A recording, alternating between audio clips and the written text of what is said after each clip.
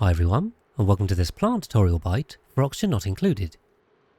As always, make sure to check out the plants tutorial bite if you haven't already for an overview of the plant mechanics. This plant tutorial bite is all about bog buckets, an early game plant that is the starting food source in the swamp biome start. Both this biome and the bog bucket are only found in the Spaced Out DLC.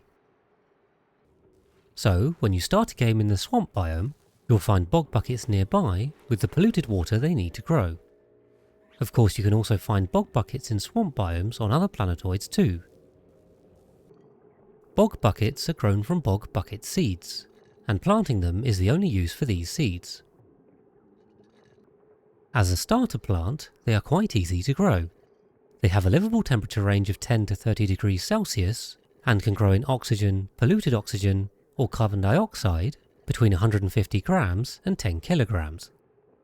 They are 2 tiles high and have a decor of -10 at a 2-tile range. When domestic, they need polluted water to grow, but beware that they can't grow in a polluted water environment like thimbleweeds. Also watch out that they do consume quite a bit of polluted water at 40 kilograms per cycle per plant. Like the dusk cap, they can only grow in darkness, so just avoid having any lights nearby. Farming them is as simple as placing them around the base.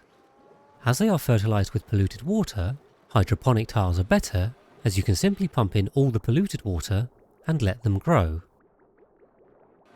But of course, as they're a starter plant, you won't have hydroponic tiles right away, so starting with planter boxes or farm tiles is fine, with the polluted water being hand delivered. If you are doing this, then make sure to have a pitcher pump in polluted water so the dupes have access to it. Another thing to watch out for is food poisoning germs that live in polluted water. If germy polluted water is used to fertilise the bog buckets, then the food made will also be germy and can make dupes sick.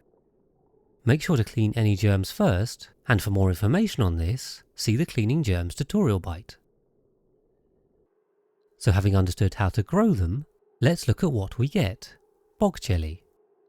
It takes 6.6 cycles to grow domestically, or 26.4 cycles when wild, and has a value of 1,840 kilocalories of terrible quality food. That means you need 3.6 domestic plants per dupe if they eat it raw like this. But Bog Jelly can be cooked on the electric grill into Swampy Delights. Despite their name, they're still not very delightful with a poor food quality. But that is better than the Bog Jelly, and cooking this also increases the calories to 2,240 kilocalories for very little work. This is therefore the best way to use the bog bucket. If eaten like this, you'll need 3 plants per dupe when domesticated. That also comes out to 12 wild plants, but there's no point intentionally wild farming bog buckets, as there are many better options. As I mentioned before, beware the polluted water consumption of these plants, as 8 dupes living off 24 plants will need a little under 1 ton of polluted water per cycle, so that's basically 1 full tile. With this high polluted water consumption and poor food quality, bog buckets really aren't a late game food source, but are a great way to get a colony started, or perhaps support a few dupes on a second planetoid. Being easy to farm is really their main strength, but you will want to swap them for a better food source later on. And that's it for this look at the bog bucket in Oxygen Not Included. I hope you enjoy some Swampy Delights, and thanks for watching.